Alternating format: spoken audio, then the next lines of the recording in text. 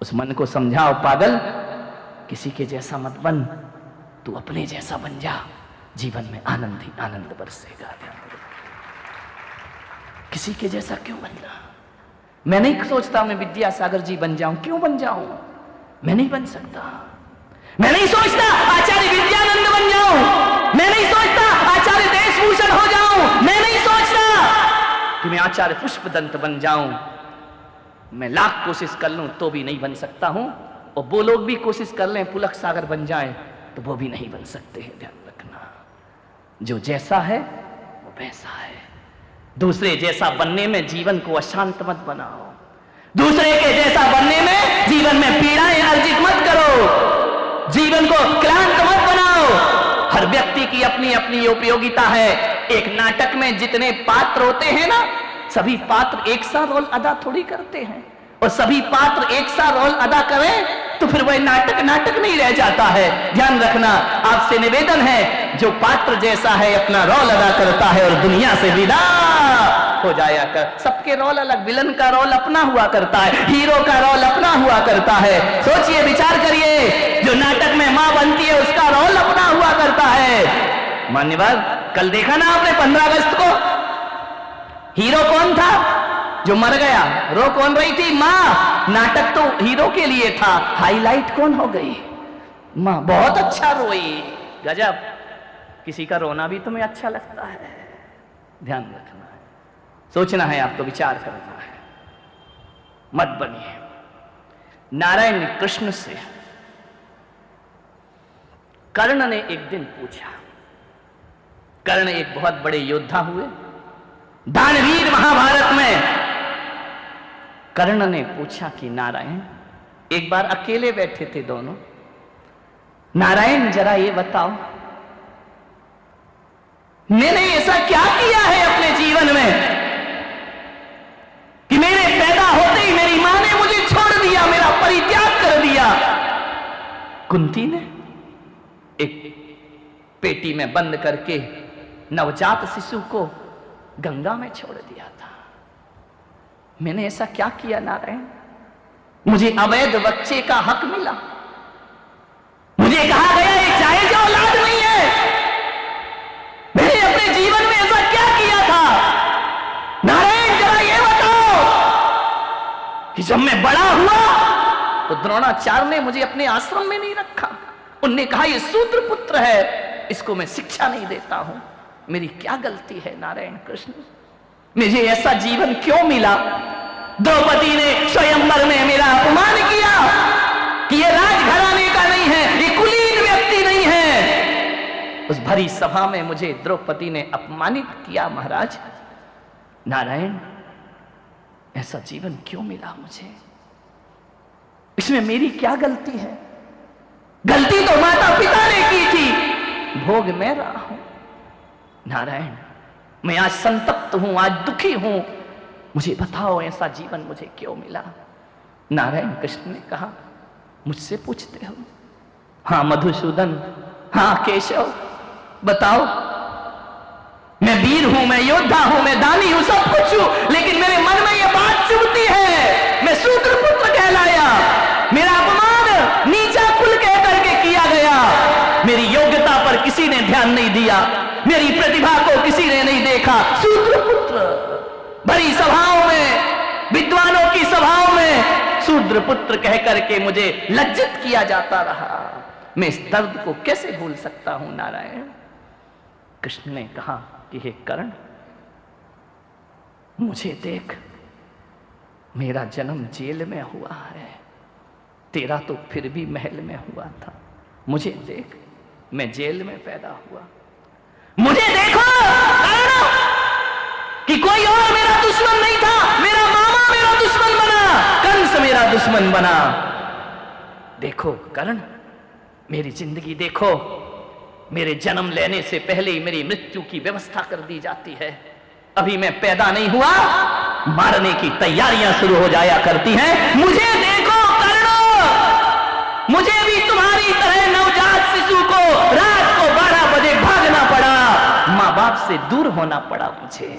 मेरा जीवन भी तो देखो कर्ण, बचपन में ही मुझे मारने के षड्यंत्र रचे, जहर भरे दुग्धपान कराए गए, पूतना भेजी गई मेरी मृत्यु के लिए। मुझे देखो, गाय चराई मैंने, कहते तो नारायण है अवतार हूं, जंगलों में गैया चराता था। गोबर उठाए मैंने, देखो कर्ण मुझ पर प्राण घातक हमले हुए। देखो कर्ण, बचपन में मुझे गुरु नहीं मिले, न गुरुकुल मिला, तुम्हें तो फिर भी गुरु मिले, मुझे तो गुरु ही नहीं मिले। कन्हैया कौन से स्कूल में पढ़ने गए थे, कौन से गुरुकुल में अध्ययन किया था, कौन उनके गुरु बने थे? मैं गांव का गंवारिया बन करके घूमते रहा, दिन भर गाय चराते रहा, घूमते रहा, रास रचाते रहा, एक अक्षर नहीं पढ़ा मैंने, स्कूल ही नहीं मिला मुझे। तो तुम्हें तो फिर भी आश्रम मिला, तुम्हें तो परशुराम जैसे गुरु मिल गए, मुझे तो गुरु ही नहीं मिला। मुझे 16,000 रानियों से विवाह करना पड़ा। विवाह कोई कृष्ण का सुख नहीं था, वो एक राजनीतिक समझौता था। जिस राज्य को अपने में शामिल करना है, दुष्ट राजाओं को अपने अधीन करना है, उनकी कन्या से विवाह करना पड़ता था, रिश्ते बना लिए जाते थे। मुझे ये करना, मुझे गोकुल से, वृंदावन से, मथुरा से भागना पड़ा, सौरीपुर से, जरासंध के प्रकोप से। मैं कहां सौरीपुर के महल में रहता था, मुझे जाके यमुना का किनारा छोड़ना पड़ा और गुजरात में समुद्र के किनारे द्वारिका बसा करके मुझे अपनी जिंदगी गुजारना पड़ी। मुझे देखो कर्ण, मेरा जीवन देखो, महलों में पैदा हुआ, जेल में पैदा हुआ, गोकुल में पला, द्वारिका में राज किया। और जब मेरी मृत्यु होगी ना कर्ण, ना महल होंगे, ना जेल होगा, जंगल में मैं मारा जाऊंगा। ध्यान रखना। बोलो कर्ण, समस्या तुम्हारी बड़ी है या समस्या मेरी बड़ी है? लेकिन उसके बाद भी कृष्ण ने कहा, मैं कभी रोता नहीं हूं, मेरे चेहरे पे शिकायत नहीं हुआ करती है, मेरे पास अभाव ही अभाव है। पग पग पर जिसके मौत पीछा कर रही हो, जिंदगी इसी का नाम है कर्ण। दुखी मत हो कर्ण, हे दानवीर कर्ण, तुम जानते हो तुम क्षत्रिय हो, लेकिन जिंदगी भर शूद्र पुत्र का तुम्हें उलाहना दिया जाएगा। जियो, जिंदगी इसी का नाम हुआ करता है। मान्यवर, पीसफुल जिंदगी किसकी होती है बताइए मुझे? ऋषभ देव की शांतिमय जिंदगी थी क्या? तीर्थंकर थे, प्रथम तीर्थंकर ऋषभ देव हुए, जिसके दरवाजे पर इंद्र हाथ जोड़े खड़े हैं, देवताओं के झुंड जिनकी सेवा में खड़े हैं। कहा जाता है ऋषभ देव, पूरा स्वर्ग धरती पर उतर आता है उनकी सेवा करने के लिए। लेकिन ऋषभ देव के जीवन में एक क्षण वो आता है जिन्हें 6 महीने आहार नहीं मिला करते हैं। ध्यान रखिए, पीसफुल लाइफ थी क्या उनकी? मान्यवर, 6 महीने तो संकल्प लिया, 6 महीने आहार नहीं मिला, 1 वर्ष तक जिन्होंने भोजन नहीं किया, दर दर पे जाते, गुरुद्वार द्वार जाते, गांव गांव जाते, सुबह निकलते, शाम भूखे लौट करके वापस आते, भोजन नहीं मिलता ना। क्या तीर्थंकरों का जीवन परिपूर्ण रहा है? कमठ ने पारसनाथ को कितना परेशान किया। बाहुबली 1 वर्ष तक खड़े हैं तपस्या में, क्या इनके जीवन में समस्याएं नहीं थी? मान्यवर, राम के जीवन में समस्या नहीं। कौन है जिसके जीवन में समस्या नहीं? जानते हो, एक कहानी मुझे बहुत अच्छी लगती है। एक बाज होता है, ईगल, सुना है? उसकी आयु 70 वर्ष होती है। ध्यान रखना, 70 साल जीता है वो। देखो जिंदगी कैसे जीते। पशु पक्षी जिन्हें हमें नासमझ जानवर कहते हैं, वो अपनी जिंदगी को क्या अंजाम दिया करते हैं। और एक हम हैं जो इतना सब कुछ होने के बाद भी दुखी, पीड़ा और चिंता में जिया करते हैं। सब कुछ तो तेरे पास है। बाज 40 साल की उम्र का जब होता है, बहुत महत्वपूर्ण बात है, 40 साल की उम्र में आते आते, और आदमी की जिंदगी भी ऐसी है, जितनी भी समस्याएं ज्यादा से ज्यादा खड़ी होती हैं, 40 साल के बाद आदमी नकारात्मक हो जाता है, 40 के बाद आदमी हताश हो जाता है, 40 के बाद आदमी डिप्रेशन में जीने लगता है। बचपना तो अलग होता है। बाज को मालूम है क्या घटना घटती है उसके जीवन में? 3 घटनाएं घटती हैं उसके जीवन में। जब एक बाज 40 साल का हो जाता है, उसकी चोंच मुड़ जाती है, उसके पंजे ढीले हो जाते हैं, उसके पंख भारी हो जाते हैं। एक पक्षी के जीवन में 3 चीज ही महत्वपूर्ण होती है, पंजे, चोंच और पंख। चौथी चीज तो उसको चाहिए ही नहीं। तीनों ही चीज उसकी डैमेज हो जाती है, तीनों ही चीज उसकी बर्बाद हो जाती है। चोंच भी टूट गई, पंख ढीले हो गए, पंख भारी हो गए, पंजे लचीले हो गए, अब उनसे वो शिकार नहीं पकड़ सकता। चोंच मुड़ गई तो वह कुछ खा नहीं सकता, क्योंकि चोंच मुंह तक मुड़ जाती है। पंख भारी हो गए तो वो उड़ नहीं सकता। क्या करे वो बाज? 40 साल की उम्र में उसके हर बाज के साथ ऐसा होता है, मालूम है?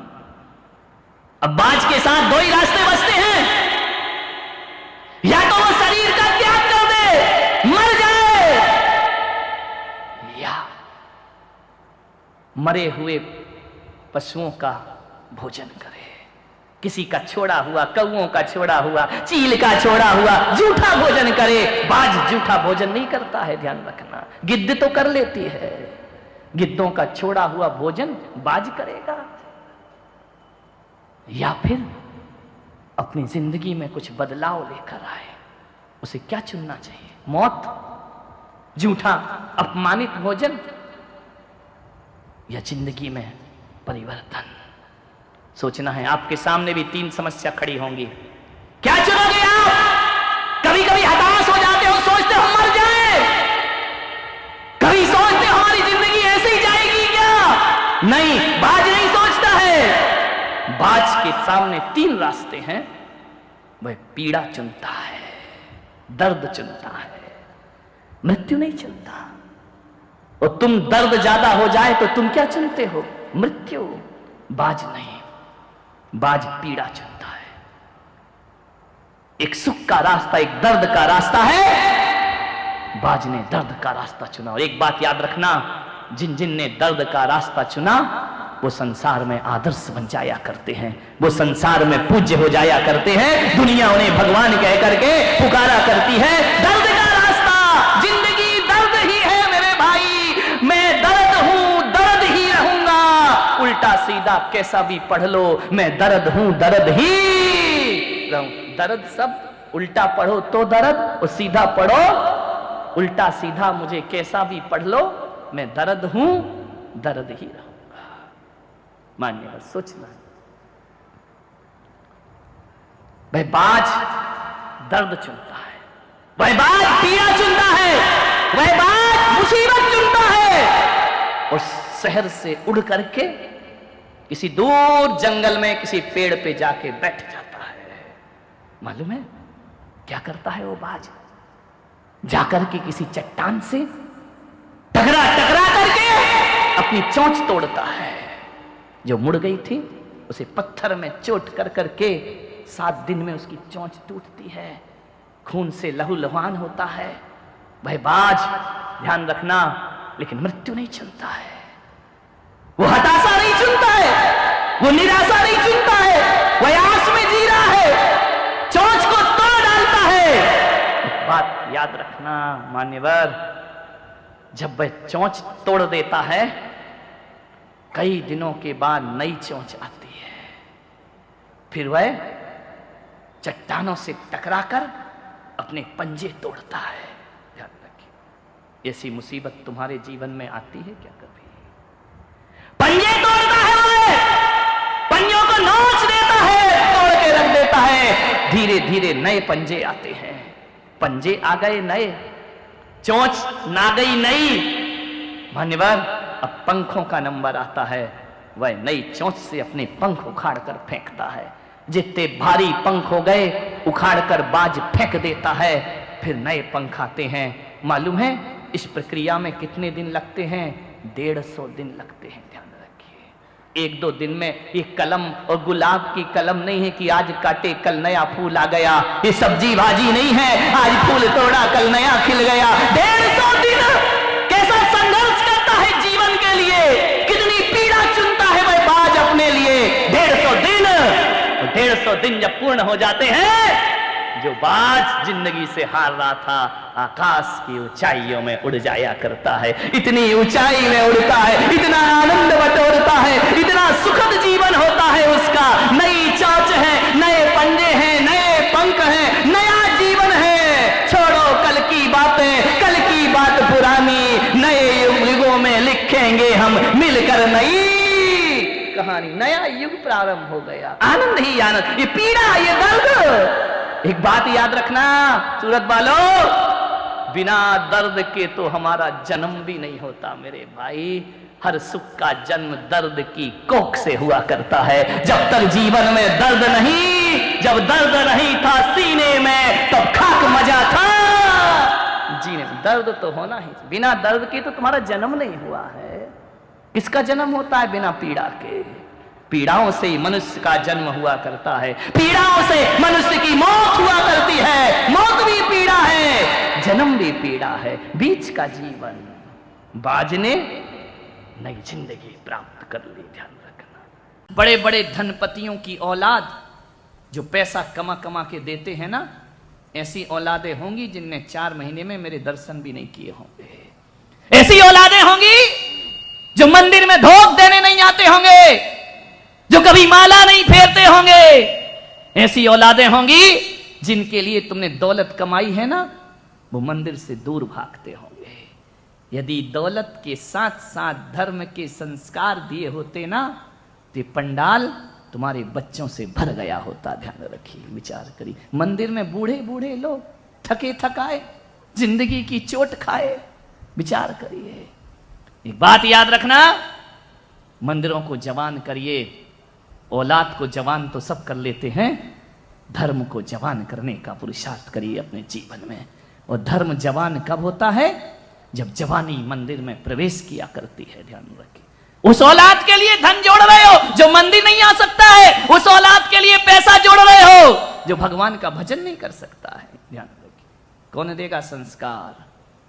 मीडियम परिवार के बच्चे तो फिर भी आ जाते हैं, रईसों के बच्चे नहीं आते हैं। ध्यान रखिए। किस में जीते हैं? डिस्को में जाते हैं, यहां वहां पार्टियों में घूमते हैं, एक से एक पार्टियां करते हैं। पर्यूषण पर्व है, युवा नहीं है। कहां गए तुम्हारे बच्चे? यहां वहां मौज मस्ती, महंगी महंगी बाइक, कान में एयरफोन, घूम रहे हैं, दौलत बाप की बर्बाद कर रहे हैं। इनके लिए पैसा कमाया है। मान्यवर सोचिए, आप विचार करिए। मैं ये नहीं कहूंगा कि बच्चे गलत हैं, वो नहीं आ रहे हैं, माँ बाप गलत हैं। ध्यान रखना। आपने उन्हें सुविधाएं तो दी हैं, आपने उन्हें महंगे मोबाइल तो दिए हैं, आपने उन्हें हर साधन दिए हैं, धर्म नहीं पकड़ाया उनको, उनके हाथ में धर्म की चीजें नहीं दी हैं। बच्चा धर्म से दूर भागता है। ध्यान रखना। क्या होगा इस जिन शासन का? मान्यवर आपसे निवेदन है मेरा बड़ी विनम्रता के साथ, इच्छा पूर्ति के लिए धन नहीं कमाना, आवश्यकता के लिए धर्म कमाना। आज क्या हो रही है? आवश्यकताएं कम हो रही है, इच्छा पूर्ति ज्यादा हो रही है। मैं जहां तक मैं सोचता हूं, रसोई घर के डिब्बे कम हो रहे हैं, बाथरूमों की शीशियां बढ़ रही हैं। विचार करिए, धन से, पैसा से। क्यों? रसोई घर के डिब्बे कम है, क्या करें? घी नहीं खा सकते, कोलेस्ट्रॉल बढ़ रहा है, एक डिब्बा कम हो गया। ध्यान रखना, सोचना है। ज्यादा मिर्च मसाला नहीं खा सकते, क्यों? बीपी हाई हो रहा है, रख दो। शक्कर नहीं खा सकता, क्यों? शुगर हो रही है, क्या करें? विचार करिए।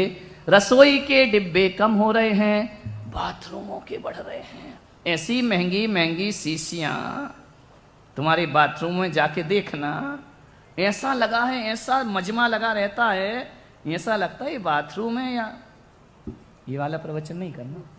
अच्छा, मैं समझा ये वाला मत बोलो। बाथरूम में देखो इतनी शीशियां, क्या क्या आता है? साबुन, शैम्पू, फेस वॉश, हाँ, और क्या आता है? ये बाल काले करना, ये नीले करना, ये हरे, आजकल तो काले भी गए, हरे नीले लाल पीले हो रहे हैं। ये छोरों की कटिंग ऐसी हो गई है, पहले थोड़ा भी बाल छोटा बड़ा हो जाए तो नाई को डांट पड़ती थी, झगड़ा हो जाता था। अब तो साइड से निकाल देता है, ऊपर रहते हैं, ऐसा लगता है ये हाईवे, ये सर्विस रोड। विचार करिए, देखो तो दशा तो देखो, देख देख के हंसी आती है। कपड़े ऐसे पहने फटे पुराने, वो जीन्स फटी, बोले जितनी फटी उतनी महंगी। धत तेरे की जिंदगी, इच्छाएं बढ़ रही हैं, आवश्यकताएं। कपड़े पहले पहने जाते थे तन ढकने के लिए, और आज कपड़े पहने जाते हैं तन दिखाने के लिए। विचार करिए कहां जा रहा है, हम किस मोड़ पे आके खड़े हो गए हैं। एक बात याद रखना, हमारे शास्त्रों में कहा है, यदि पूजन की धोती में थोड़ा सा भी कट लग जाए, उस धोती को अखंडित नहीं माना जाता है, उसे छोड़ दिया जाता है। ध्यान रखना, फटे कपड़े पहनेंगे दरिद्रता आएगी, अच्छे कपड़े पहनेंगे संपन्नता झलकेगी। कैसा जमाना हो गया है, विचार करो। उनके बाल देखो तो हंसी आती है, और आजकल हो क्या रहा है, विचार करो। कहा जाता है महिलाओं से कि बाल बढ़ाना, नाखून कटाना। क्या हो रहा जमाना, नाखून बढ़ा रही हैं, बाल बाहरी उल्टी बुद्धि, बिल्कुल विपरीत ही चलना है। क्या सोचना है, विचार करना है आपको। क्या जमाना आ गया है, खाने की सब्जी फुटपाथ पे मिलती है, फुटपाथ पे ठेले में, मैं रोज देखता हूं, यहां से निकलता हूं, फल मिल रहे हैं, फ्रूट्स मिल रहे हैं, और बाजू में वो भूतनाथ पानी पूरी। हाँ, तेरा तो पूरा व्रत भंग हो रहा है। विचार करिए, खाने के सामान चौराहों पर है, फुटपाथ में है। जमान मती तो देखो कैसी मारी गई। जो पेट के अंदर जाना है वो फुटपाथ पे रखा है, पहनने की चप्पल शोरूम में रखी है। चप्पलें कहाँ मिलती हैं? बहुत सुंदर कांच का शोरूम है, ऊंची हील की चप्पल रखी हुई है, चप्पल महारानी उच्चासन पे, और खाने का पानी पूरी और पानी फुटपाथ पे। क्या जमाना आ गया। पहले के लोग क्या होते थे, भोजन घर में करते थे और शुद्धि करने बाहर जाते थे। अब तुम ढाबे में खाते हो, समझ गए क्या, करने घर में आते हो। बाहरी दशा, घर नहीं वो शौचालय हो गया तुम्हारा, सुलभ कॉम्प्लेक्स। विचार करिए, सोचना है आपको, कैसा जमाना बदल दिया है। पेट भरने का चावल 100 रुपए किलो है, और मोबाइल की सिम 10 रुपए में मिल जाती है। कहां जाएगा ये देश, हम अपने देश को कहां ले जाकर के खड़ा कर रहे हैं, विचार करना है एक बार।